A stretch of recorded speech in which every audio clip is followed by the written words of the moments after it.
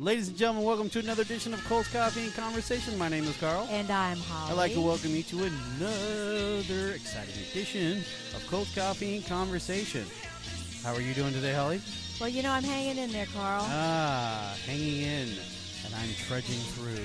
Oh, okay. Is it trudging? No, wrong word of your verbiage. Whatever, doesn't matter. I'm in a fantastic mood.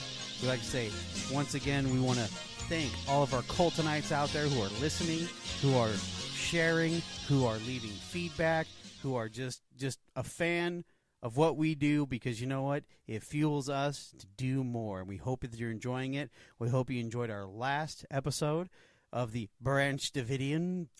Yes. Yes, it's we're coming to the point now where it's going to get a little ugly. But before we do that, we have a couple things we want to continue to remind yourself, guys. This is is that we are just normal, standard people. We do not hold degrees in philosophy or anything like that. We just do this for entertainment purposes. We do enjoy what we do. We love what we do. And, you know, if you don't like it, I don't know how you can't like it. This is beautiful stuff. Okay, Carl. Anyway, we want to hear from you guys. We want those 5 stars. We need those 5 stars. We want to climb up the ladder of the genre that we are in, which is, Holly, what genre are we in again? Society and culture. Ooh, let's dominate society and culture. Let's do this, folks. But in order to do that, of course, we need feedback. We need 5 stars. Now let's talk about our feedback. Some of you guys have been doing it. Once again, we want to say thank you for that. Of course, the Facebook fan page at Colts Coffee and Conversation. We're also on Instagram at Colts Coffee Convo. We're on Twitter at Colts Coffee Con 1. That's Colts Coffee Con 1. And then we have our wonderful email address at coltscoffeeconvo@gmail.com. And, of course, we do have our voicemail message. Holly, take it away. Yes, you can record a voice memo on your smartphone and send it off to coltscoffeeconvo@gmail.com. Beautiful. Okay, before we get into our conversation about Colts, we must get into our coffee. That's right. The fuel that gives us the desire to do this. Holly, what are you having today? Well, it is finally that time of the year, pumpkin spice time. Yes, it is, where the leaves turn a foliage. Yes. Yes. I just noticed today that there are leaves in my pool, and I'm like, how dare they? Because they were big. And I'm like, wait a second. Then I saw, they're actually, some of them are falling. Beautiful. But anyway, yes. I had a suggestion from a barista. Okay. And she said her favorite drink was the pumpkin spice chai latte. Mm-hmm. And so I took her up on it. And how was it? It was wonderful. Ah, yes, a new favorite fall favorite. Yes, it was pretty strong, too. Delightful. Maybe I'll probably have that tomorrow. I did an experiment. I decided to take the delicious vanilla flat white, and I have them put pumpkin Ooh, in is it. it good? It's actually the pumpkin, what is it? The pumpkin juice or No. whatever they call it. Sauce? Pumpkin sauce, yes. That still sounds weird. Pumpkin sauce. But it's called pumpkin sauce. Okay. But yeah, I haven't put 2 pumps in it, and it wasn't that bad. It probably would have been better if it had 1 because it was really sweet. Okay. But still, it was very, very, very, very good. So that's something. But I enjoy it. So it's delicious. It makes me feel good, and that's what it's all about. Do you wear your Uggs and your little white sweater? What? Not exactly a white Wait sweater, a minute. like a Wait a minute. Hold beige on. sweater. First of all, men don't wear Ugg boots. Okay. Okay. They don't make them for men? They do make them for men, but men don't wear Ugg boots. Okay. If you do have a pair of Ugg boots, you wear them in the house, that's okay. But if you're going out wearing Ugg boots, first of all, you better make sure you have jeans that cover those Ugg boots. Now, if you're walking around, you know where I'm going with this. If you are walking around with Ugg boots, especially, and by the way, men, the sandals are fine. We'll let you slide. Maybe the low tops, pushing it. But if you got them 3/4, you know what I'm talking about, that go past the ankle, and you're walking around and you got your pants tucked in. I don't think so, huh? I will say something. I will say something because you better. I'm going to say something. if you are an axe-wielding, wood-chopping male, you do not wear Ugg boots that are not covered. And if you are determined to wear, that's just me. I'm just saying. And if you do, I don't know what to tell. Okay, I guess I better return the Ugg boots I bought you for Christmas. Please do, because I will not wear them unless they're in the house. You think I am Tom Brady? I ain't that pretty.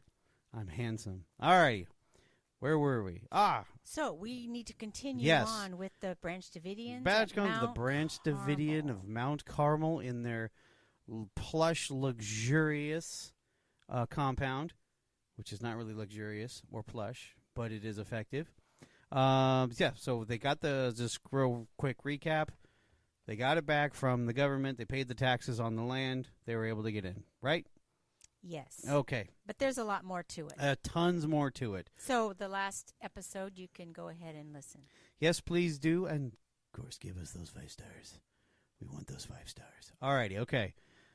Now, we're going to get to the point where, once again, guys, we want to make sure that everyone is aware that this is the graphic part, I would say, of the... yeah, it's not a very pretty picture. It's not a pretty picture, so we're just kind of reminding you, some of you guys are sensitive, or if you have younglings running around, probably not a good podcast to listen to while you're folding your laundry or washing your dishes. Okay, but if you're working on the gym, fine. Okay, so the days leading up to the raid, we're going to get to that part, okay? Now, there was a newspaper article in the Waco Tribune-Herald. Now, it was titled The Sinful Messiah. Now, this was accusing David Koresh of abusing underage girls and of statutory rape. Yes, this article was supposed to be published at the beginning of February in 1993, but instead, because the upcoming raid, the ATF asked the Waco Tribune-Herald to hold off on this, okay? And it had been 3 weeks. They were getting a little antsy.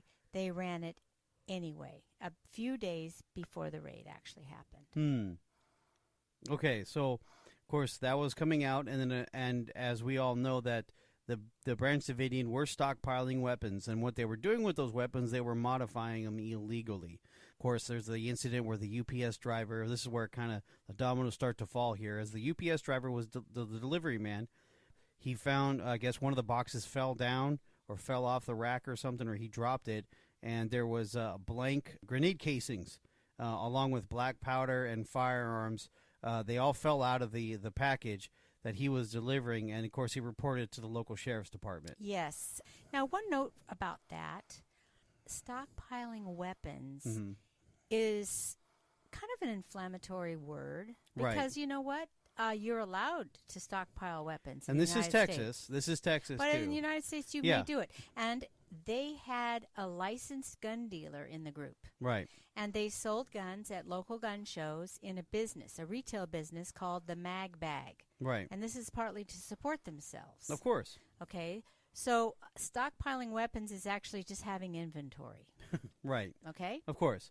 Now, also during this time, the ATF, they actually set up a surveillance in a house across from the compound. Now, that's the infamous, if you remember this incident where they had the view of seeing pretty much the bird's eye view of everything that's going on. That was over at that house.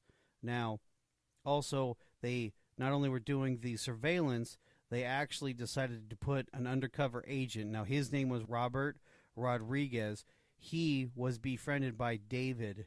Now, also, the thing you guys need to understand is that David did know he was an undercover officer. Yes, because the cover was that they were college students, and they were renting this house across the road from Mount Carmel. Right. But they knew they weren't because they were all in their 30s. They didn't have the right furniture. They were there during the day when they should have been students. You know, it was pretty obvious. Right. Okay.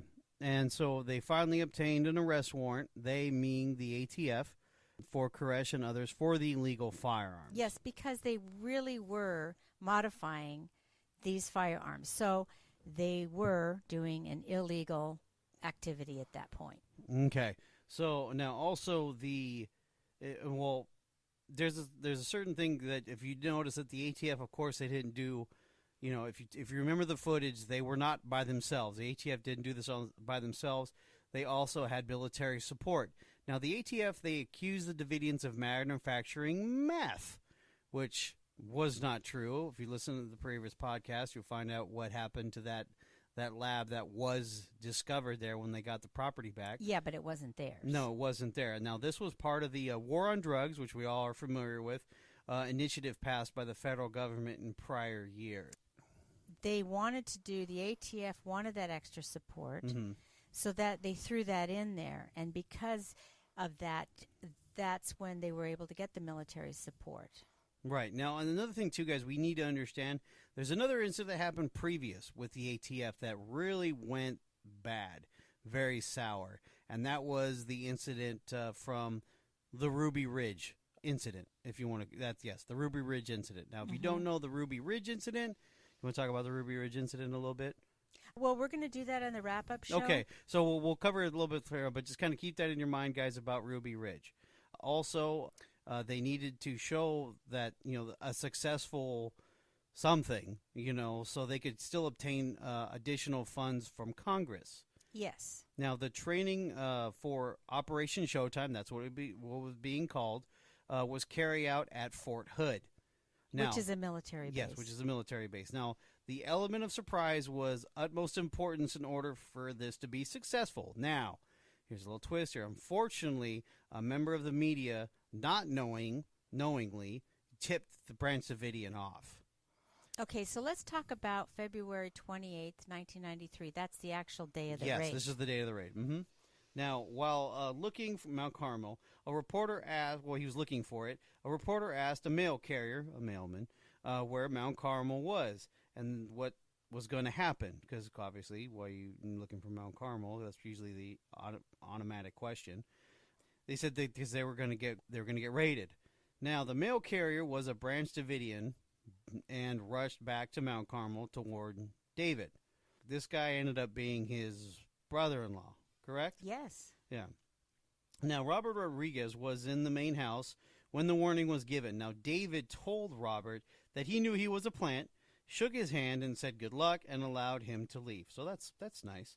The Branch Davidians to this day believe Rodriguez was almost converted, but Rodriguez said that he couldn't stand David and was just playing a role. He was just doing his job. Okay. Now, as the Davidians were getting ready for the raid, so were, of course, the ATF. Now, Rodriguez told the man that was in charge to abort the raid because the element of surprise was lost. But you know what? The ATF, they moved it up an hour and a half earlier so they could commit to the operation. Now, the ATF deployed the agents. Now, they're dressed in SWAT-style tactical gear in between two cattle trailers driven to the compound area. Of course, no one was outside. Basically, they were walking into an ambush. Well, those cattle trailers, they were just barely covered. Okay, there was 2 cattle trailers and 2 trucks, and they drove up in there. Well, no one was outside. Why do you think, Carl? Because they already knew they were coming. Yeah. It gave time for the Davidians to start their defenses. Right. So that wasn't to me, very smart. Well, once again, the ATF were already aware, hey, Rodriguez told them, they're coming. They know you're coming, right? Yeah, but they didn't want to listen to him. They didn't want to listen to him. So this is part of the, I'm going to say it, stupidity of the ATF at this point.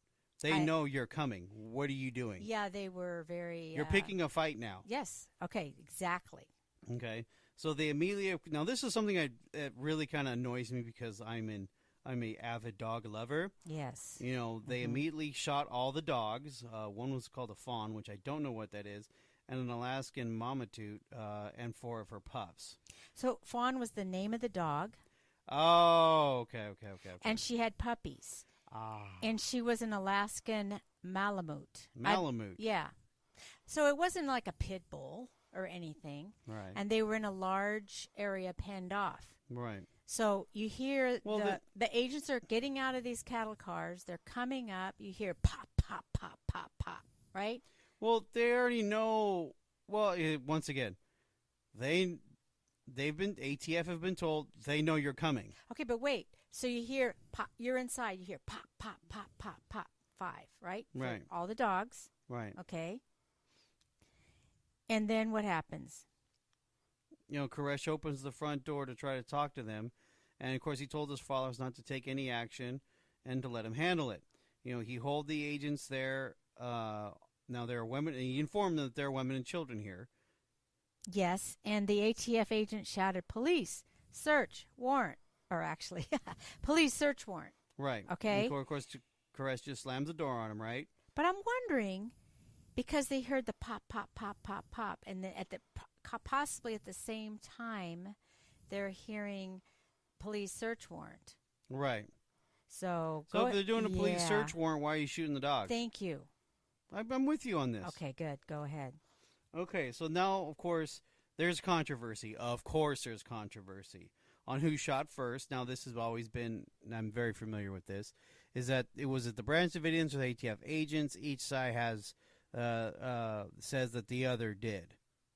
Okay, so we're going to talk about this later on in the next wrap-up show. Right. Okay, so now we have, of course, the helicopters. Now, the helicopters were overhead for distraction, and they took gunfire. Now, a 17-year-old Branch Davidian was in one of the silos. Now, he was scraping rust, and he climbed on top to see what was going on, right? Because obviously he's inside a silo. He was shot by one of the circling helicopters, and now he ends up falling. His body ends up falling on top of a roof, and it was there for about 5 days. Yes, but he was unarmed. Of course he was. Okay. Now, and notice that he was shot by one of the helicopters. This is important for later. Right. Okay. So Koresh took a bullet also. He got shot. Now the bullets were flying back and forth. Now the women and children were on the floor trying to avoid getting shot. Now there's the documentary that we were watching to kind of help this. They actually have the Branch Davidians. They had video cameras recording this. Yes. And you can see kids literally diving for the floor while you see bullets literally coming through the walls. Yes. So it's really scary, and it's very, very, very sad. Now, of course, here's the infamous picture of the ATF agents putting up that ladder on top of the building of the roof. And now, if you guys remember, this was basically, they kept the camera at this one spot. Yes. They kept the camera there. Now, of course, they attempted to enter the second-story window. Of course, what happened? They were greeted with gunfire. Well, yes, because you have people shooting at you, and they're coming up on the roof, and they're smashing in the windows. Right. They're attacking you. Yeah. Okay, so what are you thinking? You have a bunch of ammunition and guns there. You're going to fight. Use it. Yeah. No. This is clearly a self-defense, because once again, if you have a warrant to search the property, okay, why are you coming in with all this stuff? Exactly. This makes no sense. Why are you breaking into things? If it's a legitimate warrant, then why would David Koresh slam the door on them? Well, I think because he felt they were shooting at him. Fair enough, I guess. Okay, well, I know. We can go on about it. Yeah, okay. Well, don't go down the rabbit hole. All right, okay. So anyway, of course, they're greeted with gunfire. Now, of course, panicking inside of the building, the Davidians are shooting back, and of course, a lot of people get killed. Now, 4 ATF agents, they're killed. Now, there's that one scene where the guy ends up dying on the roof, which we all saw. Yeah. It was live. They were shooting this live. And they were killed that day, the first day. And, of course, 15 people were wounded. Well, those are the ATFs were wounded. Yes. Mm-hmm. Yeah. The ATFs. And I think there was about 6 Branch Davidians inside the house that were killed. Yes. It was no winners or losers on this. There really wasn't. Now, after about 2 hours, a truce was called. You ever 2 hours of a gunfight? That's ridiculous. Remember we talked about the SLA gunfight? Yes. And that was the real long time, too. Yeah. But we're talking paramilitary people now. These guys are professionally trained people coming in. Yeah. It's crazy. And why did they call a truce, Carl? Because the agents were out of ammunition? Yeah. Mm-hmm. They just ran out. That's a lot of bullets. Yeah, but that meant that the Davidians still had more to go. Right. So, the ATF took their dead and injured. They took them out, and there's that infamous scene where once again, this was one of the first tragedies that were literally covered live television. Yes. I don't recall anything else prior to this. Well, Ruby Ridge, maybe. No. No, I don't think so. They wasn't live. It was all aftermath I think footage. so, but we'll go down that road. Yeah, we'll go down the road. We're going to tie that in. Okay. We have a lot of promises to keep, don't we think? Yeah. For our Who's Colton making Heights? the promises? No, I'm just kidding. Me. You. That's fine. That's fine. No worries. But yeah, no. Of course, you have the opportunity to see there's a soldier hanging on a being that unfortunately lost his life, passed away. There was on the back of a truck bed, and there's a couple of people carrying the bodies as well. So it's really, really graphic for especially that year. This is internet still newish. Well, it's 1993, so we're watching cable TV, CNN. And remember, that's 24 hours a day. CNN did a real good job back then of doing these kind of coverages. Yeah, they did. So, of course, the agents were in shock and, of course, in grief. Now, 3 Davidians who were not in the main building, they were working on cars elsewhere on the property. They tried to get back to the main building. Yeah, they tried to get back to the main building, back to their families. And so the story goes, the agents say that they were shooting at the agents, and the agents shot back and killed them. Right. Okay. I don't know if they killed all of them, but they did kill one. Mm-hmm. Okay. His name is Michael Schroeder. Mm-hmm. The controversy about that is when other people found Michael, he was shot in the back, and he had a full-on, shot to point blank range, point right? blank Yeah. to the head. So he could have been shooting at them. We don't know. But it looks like an execution. It does. So the Davidians were warned by David Koresh before this. Now, Babylon, the U.S. government would come and kill them, and this was their end. So this was their whole... Yeah, it's culminating to this point where now Babylon's come against them. Now it's our fate. It's time. Mm-hmm. Yeah, it's time. So this is what begins the 51-day standoff. Now this is, once again, was covered 24 hours a day, 7 days a week. I remember 51 days. 51 days. This was a grind. This was like the OJ trial, but but better. If that's even a good word to use, but it was more interesting because OJ trial was similar but different as far as coverage goes. We're talking about the back and forth of just this is a group that if this you heard the debates on the television. Why is the ATF? Why did they come in so strong? If they had a legitimate warrant, why didn't they serve it? Blah, blah, blah. I remember this. This I do remember very, very well. Why didn't they serve it when he was in town? That's a good point. That's a good point. He went every Tuesday to go grocery Everybody shopping. knew his pattern. Yeah, he had his own Camaro, and they showed everybody him, knew who he was. Riding around there in that black Camaro. Yep, and there was there's that rock and roll Jesus. Yeah. So let's talk about what happened between the 51 days until the last day. This is where it kind of gets weird. The FBI, of course, takes over the operation. Yeah, they had to. They actually had to because they saw what a mess the ATF started. Tanks are brought in with other military equipment. Right. And the FBI negotiates with Koresh to play an audio tape on nationwide radio of a message from Koresh. And then he says he will come out after it's played. But unfortunately, David Koresh reneges on that promise, saying God told him to wait. Wow. So they were very unhappy, the FBI. What do you mean God told you to wait? They didn't believe he was talking to God. They didn't believe any of this. And they kept saying throughout that he is just talking Bible babble. Right. And, of course, all this has been recorded, and it's all public knowledge. Well, at the time, they did record all of the negotiations with him. Mm-hmm.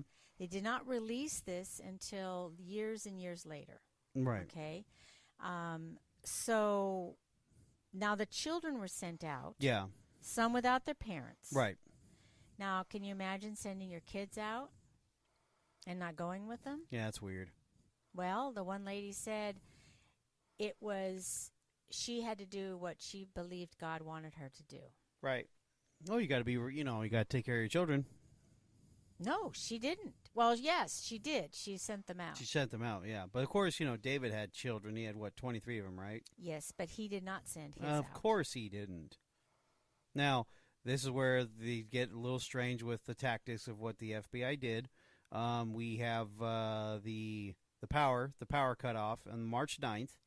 So you got to remember, make sure you guys have your dates correctly, because remember this, the raid happened on February the 28th. Yes, That was the last day of February. last day of February, leap year. No, 29th is leap year. Yes. Never mind. Okay.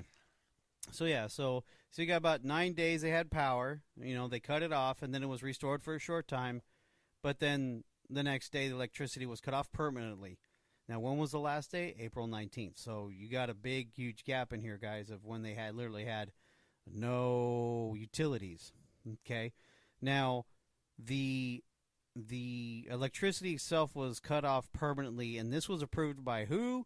The great Janet Reno. Yeah, but she was newly sworn in. Yes, she was just a few days before. Yeah, the age. Imagine your first issue or your first major thing is not only televised, it's this. Yeah, and she was the Attorney General under President Bill Clinton. Right, but wasn't she also the attorney for the Twinkie defense? No. Am I thinking of a different politician? Probably. Think of a different politician. All right. Wasn't she a judge? She wasn't no, I don't think so. I might have these people mixed up. There's a lady that looks just... Oh, no, I'm thinking of Diane Python. Never mind. Okay. Back to focus, Carl. All right, here we go. So, yeah, so the reasons was going to be cold, and it would make them want to come out. But, of course, they were cold and freezing, but, they never did come out. Now, the water is cut off. Now, they survived off of rainwater. So, this is kind of, weird. So, I'm just saying, the more uncomfortable it became, right, the more they hunkered down on it. Yeah. So there was people who were, let's say, they were experts on different beliefs. They weren't cult experts to that point, right? But they had theology and they knew about the mindset of certain groups. And these are the end days type. What's that word again? I can't say. Theology? No, it's the apocalypse type people. Oh, apocryphal? No, what is it? You think of the Apocrypha. It is the apocalyptic. Yes, those people. Yeah. So they were experts on this kind of thing, and they came from Dallas, and they were trying to talk to the FBI to let them, get some insight and to try to work with them. Yeah, because you're pretty much feeding the beast on this. Yes, and they wouldn't listen. Of course not. We're the ATF or the FBI. We don't listen to no one. Now, here's some interesting things. They decided to run a light. They ran a bunch of lights. Like, they illuminated the whole building so it always looked like it was daytime. And that was at night. That was at night. They also... they announced over the loudspeaker that if anyone comes out, they'll be treated fairly. Now, of course, 9 of them did end up coming out. But, as more people triggered out the FBI. Now, I remember this clear as day, where they began playing the Tibetan chants over the loudspeaker. And also they were playing, this one was very strange, where the rabbits were being slaughtered. That was weird. Well, that's because it sounds like screaming babies. Yeah. That's yeah, ugh. It's pretty gross. Okay? Yeah, and then it's weird tactics. And then Nancy Sinatra's "These Boots Are Made for Walking" song. Do do do do do do do do do do do do. I mean, I enjoy the song, but I can see over time it can get annoying. Well, they were feeling that if they disrupted their sleep, right, that they would cave in to get coming out, but it's not working. No, of course not, because this is what they've been trained for. Now, David Koresh's grandmother comes with her attorney to see if she can talk him out of what's going on. Now, the FBI, they denied her that request. The attorney overhears one of the agents say, "I hope she has told him goodbye." Their attitude was they were going to get revenge on David Koresh for killing and wounding their friends.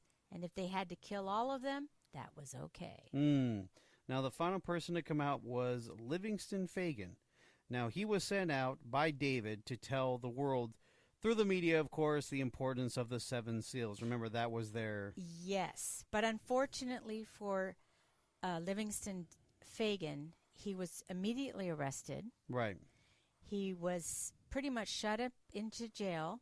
He wasn't allowed media. He did not get the message out at all. Of course not. Okay. So David was writing his Seven Seals message, and of course he promised to come out after it was complete. Now, of course, the FBI and the White House agreed to ending the standoff before the completion of the Seven Seals message, though this was a stalling tactic on David Koresh's part.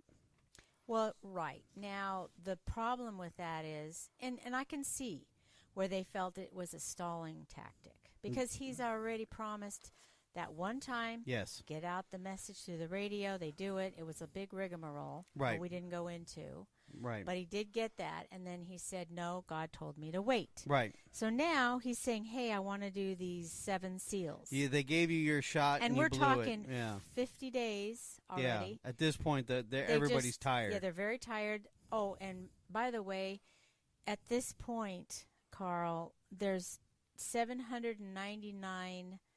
I want to call them military, but it's FBI and ATF. A combination of federal agents. State agencies, right. Sheriffs. Right. You know, that's a lot. And they've been there a long time. Yeah, it's an abundance of manpower. Yeah, so they just wanted it to be over with. And now public opinion. Now, I don't think we talked about this, so I'll just say it over a little bit. No, that's fine. Let's talk about that. Oh, yeah. The little bit was that they wanted the press to help them out. Of course. Now, the actual view that we had from the camera for all those days was 2 miles away. Right.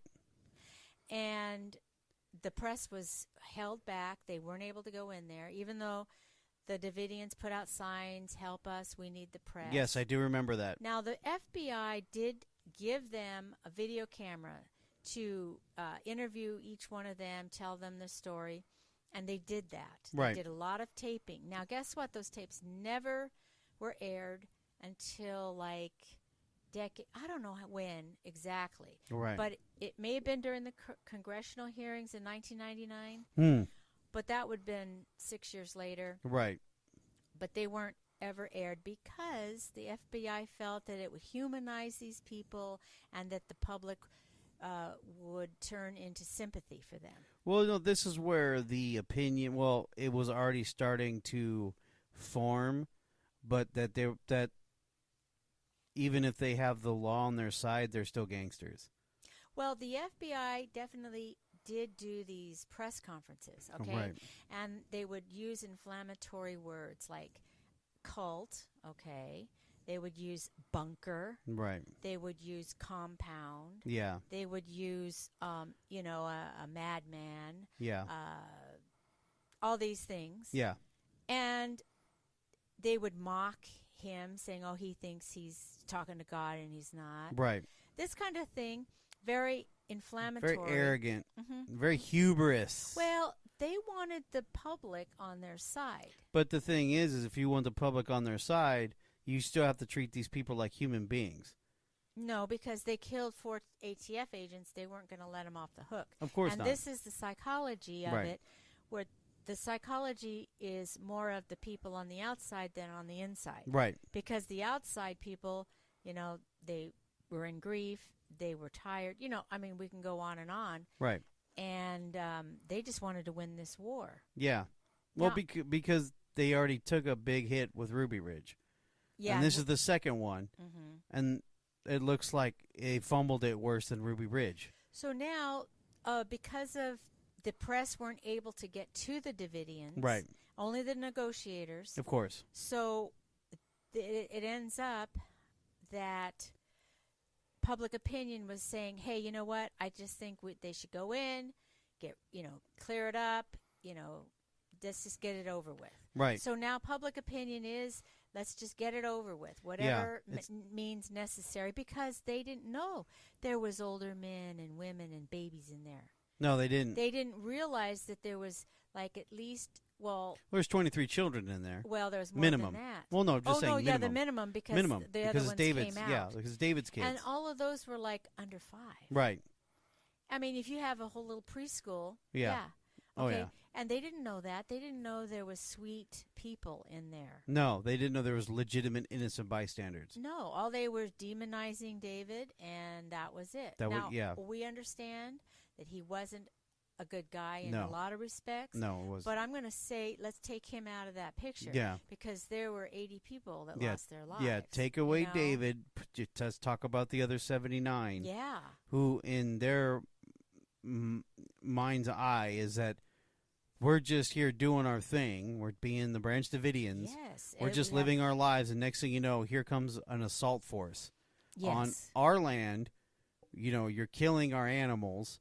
Yes. You know, it's just like, wait a minute, hold the phone for just a second. And, of course, what have they been told their entire lives about Babylon coming?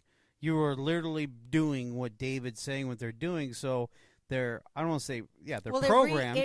They're programmed. But it reinforces their faith. Yeah, it reinforces their faith. Like, oh my gosh, this is actually legitimate. This is our time. And of course, what are they doing? They're only doing what they were programmed and taught for years and years and years.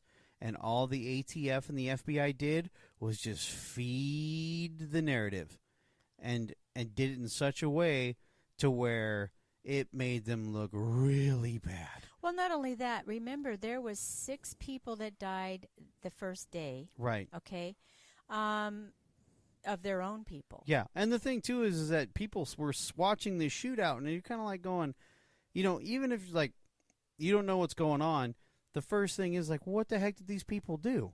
That's the first thing that you're thinking of. What did these people do to incite a tank and an armed, like, hell, like, yeah. The questions are raised via public opinion. You're just like, what did they do to deserve this? They had those helicopters that you'd see over Vietnam. Yeah, those Hueys. The Hueys with the gunships. Yes. The Huey gunships.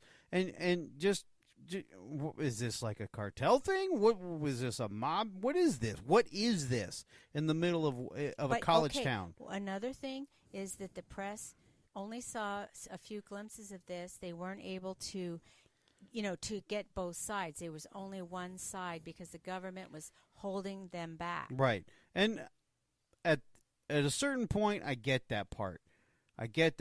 But okay, I have one more thing to say. Yeah, go ahead. So one of the very interesting conversations that was recorded with an FBI negotiator and David Koresh, and it really made me upset because it just reinforced in my mind that they were lying. Right. So they said that the helicopters, that was the day one. The helicopters were trying to detract from the other people coming. Right. The negotiators said, David, they did not have any guns. They did not shoot. Yeah, but you already had that kid who got shot off the silo. Yes.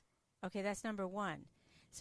So David said, you are lying. You are lying, And so he said, no, I'm not. They were just National Guard guys. They didn't have any weapons. They didn't have any guns. And so David challenged them again. Of course. And then they said, oh, I meant they didn't have any guns that were attached to the ship. Right. I'm sorry, to the helicopter. Yeah. Permanently. Yeah, they were not. There were Hueys, but not Huey gunships. Yeah, and then they said, oh, but they did have guns with them. Right, and they had rifles and they had pistols. Right. And they were shooting. Of course. But you see how the negotiators trying to tell him, oh no, that didn't happen. No. And then he really had to press them. Right. And then he admitted to it. Yeah. And it's kind of like, you're just trying to make it like you're getting technical. It's like if you're a teenager and you're trying to be technical with your parents. It's no. Yeah. Oh no, it's not purple. It's violet or lavender. Yeah, it's like it's purple. Come on, for real. So this is just to reinforce what kind of mindset that these negotiators. They would say something, and it was a lie. Right. Well, yes, it was a lie. And we're going to get into more detail on the next episode. That's when we're really. This is where we're really going to get into it. This is a little bit of a spoiler on how we're probably going to react to the stuff that we're going to talk about. People. No, that's okay. It's fine. It's good because it gets really, really, really ridiculous, unnecessary, and there's a lot of irrationality on it, and it's mind blowing on because hey, the dust is now settled. It's been how long since this happened? Well, it's been 26 years. 26 years now. So now there's more evidence coming out, and there's a lot of stuff piles up to sit there and go. When you really look at it as a whole, you have to really question about their tactics. Yes. All right. So on that note, guys, we want to say good night, Holly. Good night, Carl.